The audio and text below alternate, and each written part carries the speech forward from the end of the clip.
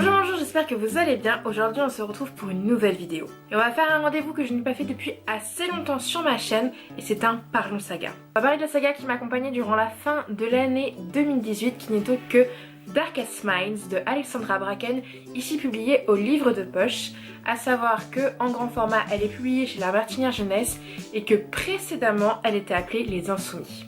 Pourquoi elle a changé de nom, c'est aussi un peu le pourquoi du comment j'ai lu cette saga. Cet été est sortie l'adaptation cinématographique du tome 1 et j'étais allée le voir parce qu'il me tentait vraiment pas mal. C'est un film qui me tentait beaucoup parce que c'est vrai que ça fait longtemps qu'on n'a pas eu au cinéma une saga littéraire young adult dystopique depuis tout ce qui est Hunger Games, Divergence, la 5ème vague ou encore le labyrinthe. Ça faisait un petit moment qu'on n'avait rien eu et du coup je mettais beaucoup d'espoir en ce film et peut-être s'il me plaisait lire la saga après. Vu que j'ai lu la saga, vous devez vous en douter, j'avais vraiment beaucoup aimé le film. Je trouve que l'actrice principale qui est notre petite roue dans Hunger Games joue exceptionnellement bien dans ce film. Et j'ai trouvé vraiment les thématiques vraiment très bien, c'était visuellement, il était assez beau à voir. J'ai retrouvé des acteurs, je m'attendais pas du tout à les voir, par exemple l'acteur qui joue Bellic dans Prison Break, et c'est ma saga favorite ou une de mes sagas favorites télévisuelles, et c'est vrai que retrouver cet acteur c'était vraiment juste génialissime. Et du coup je me suis dit waouh, j'ai tellement aimé ce film que je vais lire la saga. Parce que on sait jamais si la suite va être adaptée ou pas, et que Bibi Jeanneton elle voulait le fin mot de l'histoire. Bibi Jeanneton a donc lu la saga à la fin de l'année et elle a été un petit peu déçue. Pour vous faire le pitch de base, on suit Ruby qui est juste ici parce que ça c'est l'affiche du film, et tous ses jeunes compagnons. Donc on a Chubbs, on a Zoo et là on a Liam. En fait on suit ces jeunes dans une Amérique des années post-apocalyptiques. Et en fait les jeunes sont plus trop ce qu'ils sont dans notre société, puisqu'en fait tous les enfants sont malades et meurent assez violemment sans raison aucune. Et du coup il y a quelques enfants qui ne meurent pas, ces jeunes, et en fait ils ont un peu des sortes de super pouvoirs. En tout cas comme on suit ces jeunes de l'intérieur, c'est ce que nous on sait, mais les habitants, les parents, tout ça ne savent absolument pas ce qui se passe. Et en fait ces jeunes sont réunis dans des camps qui, je pense, la volonté de l'autrice c'était de représenter des camps de concentration pour jeunes. Je mets des grosses guillemets parce que c'est pas non plus comparable à la Deuxième Guerre mondiale bien sûr. Et en fait dans ces fameux camps, les jeunes sont catégorisés en 5 parties qui sont 5 couleurs. Les bleus, les verts, les jaunes, les oranges et les rouges. Et en fait ces couleurs déterminent un peu le pouvoir qu'a chaque adolescent. Par exemple les jaunes savent manipuler l'électricité, les verts ont des capacités scientifiques et mathématiques assez incroyables, les bleus ça font de la télékinésie, là, et les rouges et les oranges sont un peu plus différents, mais je vais pas vous dire vraiment ce qu'ils sont pour pas vous spoiler l'histoire.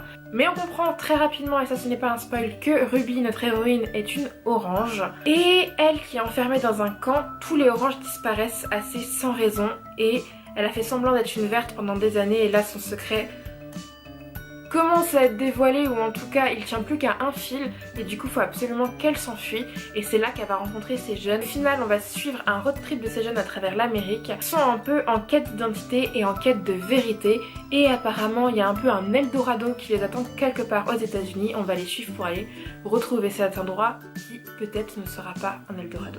En fait, comme je vous l'ai dit avant de faire le résumé, cette saga m'a un petit peu déçue. Je vais un peu vous dire pourquoi là dans la suite de cette vidéo.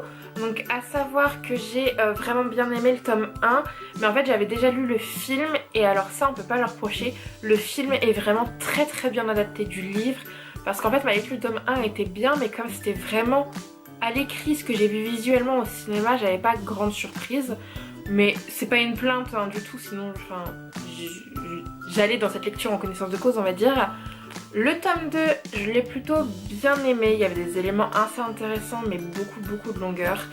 Et c'est vraiment le tome 3 qui m'a vraiment déçue. Quels éléments m'ont déçu le plus, qui fait que j'ai pas forcément apprécié ma fin de saga, alors que franchement ça partait vraiment bien, que l'idée de base est vraiment bien et tout ça. Le personnage principal. Au début, dans le premier tome, quelqu'un de très forte, de vraiment fantastique. Le début du tome 1, par rapport à sa place dans le camp et tout, c'est vraiment très bien construit de la part de l'auteur. Je trouve qu'elle a fait vraiment des choix judicieux avec ce personnage, et vraiment dans le tome 1 je l'aime bien. Elle commence à se corser dans la suite, puisque elle a compris que, comme je vous l'ai dit, c'est une orange et ils sont un peu plus spéciaux, donc vu que c'est Laurine, que c'est une orange et qu'on sait qu'ils sont spéciaux, on se doute de l'importance de Orange dans cette catégorisation. Et du coup elle a compris qu'elle était importante. Elle devient très égoïste et assez commandante dans ses choix et dans sa relation avec ses camarades, chose qu'elle n'était pas vraiment dans le tome 1. C'était vraiment un quatuor complémentaire, chacun apportait quelque chose, et dès le tome 2 elle a pris une ampleur par rapport aux autres, on ne sait pas vraiment pourquoi, enfin moi en tout cas j'ai pas trouvé l'intérêt de pourquoi l'autrice a fait ce choix là. Et du coup elle commence à fortement devenir détestable au fil des pages, surtout que à partir du tome 2 ils ont installé un pseudo triangle amoureux qui n'est totalement innécessaire, qui apporte beaucoup de longueur, qui sont en fait présentes dans ces deux tomes là. Il y a énormément de longueur concernant Ruby, c'est assez énervant. Donc avec ce triangle amoureux elle devient un peu girouette et elle oublie ses priorités, ce qui fait que elle pense qu'à un de ces deux personnages. Tout le temps c'est soit l'un soit l'autre, et elle oublie le reste, elle oublie qu'elle est un peu dans la mouise quand même. Et des fois c'est un peu trop centré sur elle, ses sentiments amoureux, alors que c'est un peu la fin du monde partout autour d'elle, même c'est pas grave hein. J'ai trouvé la suite de l'histoire assez égoïste vis-à-vis de ce personnage, sachant que c'est vraiment elle qu'on suit principalement. C'était un petit peu énervant. Mais ce n'est pas le seul point énervant de cette saga. En effet, autre chose que j'ai moins aimé dans cette saga, c'est les quelques incohérences qu'on retrouve. Je trouve qu'au fil de notre lecture, il y a pas mal d'incohérences dans la quête, dans la dystopie qu'on suit. Je vais vous faire un exemple très simple qui spoil pas vraiment. Mais en fait, cette saga, on suit beaucoup les personnages dans une voiture. Et en fait, ils sont toujours en quête d'aller quelque part dans un lieu différent, tout ça. Et tous les voyages se font à travers l'Amérique, donc en voiture. Et en fait, tous les jeunes sont dans ce pays, dans cette société, sont soit morts, soit enfermés. Du coup, en fait, il n'y a plus vraiment de jeunes dans les rues. Et les jeunes se baladent en voiture comme ça, et il n'y a personne qui dit « Ah, mais il y a des petits jeunes en voiture ». Et c'est assez énervant parce que c'est peu probable. Enfin, tu vois une tête de quelqu'un au volant, tu vois qu'il est jeune, tu te dis « il y a peut-être un petit problème là-dedans ». En fait, ils croisent jamais quasiment de voiture. Sauf des fois quand ils sont en danger et qu'ils sont des méchants, et en fait on met la voiture là à ce moment là, et en fait je trouve que ça devient incohérent parce que enfin je sais pas comment vous expliquer, mais on ressent, en tout cas moi c'est ce que j'ai ressenti, qu'il y a des coïncidences qui ont été mises à travers de leur route, mais en fait ça se sent que c'est pas des coïncidences, et du coup je trouve que ça devient des incohérences. Et là on se dit mince, l'univers il est pas aussi bien construit qu'on l'aurait voulu, alors que franchement l'idée de base est vraiment très sympathique. Et en fait toutes ces petites incohérences ont vraiment terni pour moi l'univers de l'histoire, ce qui fait que plus je lisais, plus j'en avais marre. Autre point très négatif selon moi, je pense que c'est l'un des plus gros points négatifs, la fin.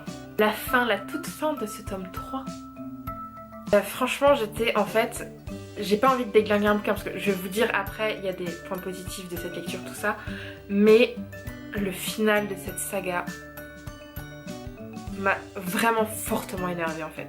Je me suis dit tout ça pour ça, en fait ça m'a trop énervée parce que même si depuis tout à l'heure je critique cette saga, il y a vraiment des bons éléments et des bons rebondissements, mais ça je vais revenir après dessus. Et je me suis dit mince, ils ont vécu tout ça juste pour ça. Et ça m'a trop énervée parce que je m'attendais à une fin vraiment de dingue quand même. Parce que franchement j'ai beau critiquer depuis tout à l'heure, il y a vraiment des belles choses dans cette saga. Et cette fin... Mais non en fait, non c'est pas ce que... Enfin en tout cas moi en tant que lectrice de dystopie, c'est pas ce que je veux d'une dystopie. En fait c'est une fin qui s'apparente un peu à celle de Hunger Games. Et moi les fins de dystopie je les préfère à la Divergente. Mais ouais cette fin m'a énervée, j'ai fini le bouquin, je suis non mais c'est pas possible, il manque des pages, enfin ça peut pas être ça la fin. Alors je sais que cette année il y a eu un tome 4 qui est sorti, un tome Héritage, qui d'ailleurs quand La Martinière a sorti la couverture m'a fortement spoilé sur la suite des événements. Et c'est un tome 4 que je ne lirai pas parce que en soi c'est un tome compagnon hein. La trilogie vraiment initiale est vraiment terminée. En plus ce tome 4 a été écrit des années après, je pense qu'il a été écrit quand on a su qu'il y a un film qui allait sortir et que c'est vraiment un tome 4 assez commercial, en tout cas c'est mon opinion personnelle. Du coup je lirai pas cette suite Et cette fin, bon, elle me suffit pas, mais je vais m'en contenter. Mais il y a quand même des choses bien dans cette saga, ne vous inquiétez pas, notamment certains personnages. Nous avons ici notre petit Chubbs, qui au départ est un petit peu irritant, mais qui est quand même tout à fait intéressant. Et dans le tome 2, le petit Chubbs, il se révèle, mais c'est devenu un de mes personnages préférés de la saga. Dans le tome 2 et 3, il prend une importance assez incroyable. J'aime beaucoup son état d'esprit, j'aime beaucoup comment il prend ses décisions. On sent que c'est un ver, hein, ça c'est clair. Et en fait, je me suis pas mal identifiée à lui, je pense. Et enfin, j'aime vraiment énormément comment il réfléchit, comment sa pensée se construit. Et j'aime vraiment la place qu'il prend en fait dans l'histoire. Parce que dans le tome 1, c'est vrai qu'ils sont vraiment égalitaires au niveau présence, au niveau action. Et dans les tomes 2 et 3, le quatuor s'est un peu détaché en quelque sorte. C'est pas du tout un spoil ce que je vous dis. Et du coup, ils suivent vraiment des destinées un peu plus différentes que quand ils étaient confinés tous les 4 dans le tome 1. Et c'est vrai que l'évolution de Chubbs est une des plus intéressantes de ce roman. Je l'ai trouvé vraiment phénoménale. Et heureusement qu'il était là dans le tome 2 et dans le tome 3. Parce que sinon je m'ennuyais un petit peu. Autre personnage que j'aime beaucoup, mais ça je pense que je suis influencée par le film aussi, c'est la petite Zoo. La petite Zoo est vraiment adorable. Je sais pas si vous avez vu le film, mais l'actrice est vraiment trop mignonne. Toutes les personnes qui ont vu le film que je connaisse ont eu envie de l'adopter. Je fais partie de cette personne. Je veux une petite Zoo dans ma vie. Et je pense que effectivement l'actrice m'a influencée, mais j'aime aussi énormément son évolution, le regard qu'elle a sur les gens. Elle est beaucoup plus jeune que les autres de ce livre. Et son regard enfantin est en même temps très mature, parce que dans une société comme celle-ci, un enfant est obligé de grandir plus vite qu'il ne devrait. Et le personnage de Zoo est vraiment très intéressant, très attachant. Et heureusement que Zoo et Chubbs sont là dans cette saga. Autre point hyper intéressant de cette saga, c'est l'aspect scientifique qu'il y a derrière. Même si tout à l'heure je déplorais quelques incohérences qui m'ont énervée tout au long de ma lecture, le fond et l'univers sont vraiment très bien. Il y a tout un aspect scientifique que j'adore retrouver dans des dystopies et celui-ci est vraiment bien fondé. Enfin, moi je me suis éclatée à lire ces passages-là où on apprenait vraiment l'essence de ce qui fait cette dystopie. En fait, je vais pas vous révéler, je vais pas vous spoiler ce qui se passe. Mais les moments où on apprend en même temps que les personnages sont vraiment très intéressants et très bien construits.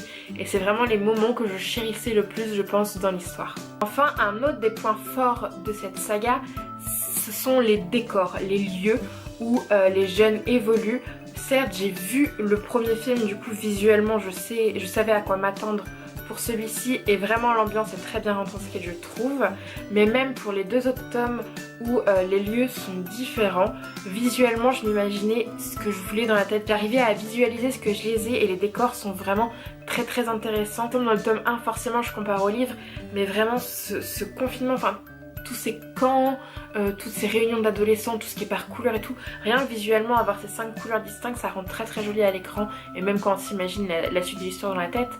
Et visuellement par rapport à ces décors et ces lieux, l'autrice a vraiment bien choisi ce qu'elle voulait et du coup ça approfondit l'univers qu'elle a créé. Et je trouve que ça match très bien avec l'univers. Je pense que vous avez compris mon avis à travers ces quelques minutes de vidéo. Il y a des éléments positifs de ce livre, mais malheureusement pour moi ce sont les éléments négatifs qui ont pris le dessus, si bien que cette saga est quand même une petite déception pour moi et j'en suis assez attristée parce que franchement ça partait bien, j'avais adoré le film et tout ça. J'espère que la suite va être adaptée et j'espère aimer les films. C'est pas une mauvaise saga, c'est juste que moi les petits détails sont devenus en fait pour moi de gros détails qui m'ont vraiment fortement dérangée et qui ont pris le dessus sur les aspects vraiment fantastiques de cette saga. Voilà, j'en ai fini pour mon avis sur la saga Darkest Minds. J'espère que cette vidéo vous aura plu.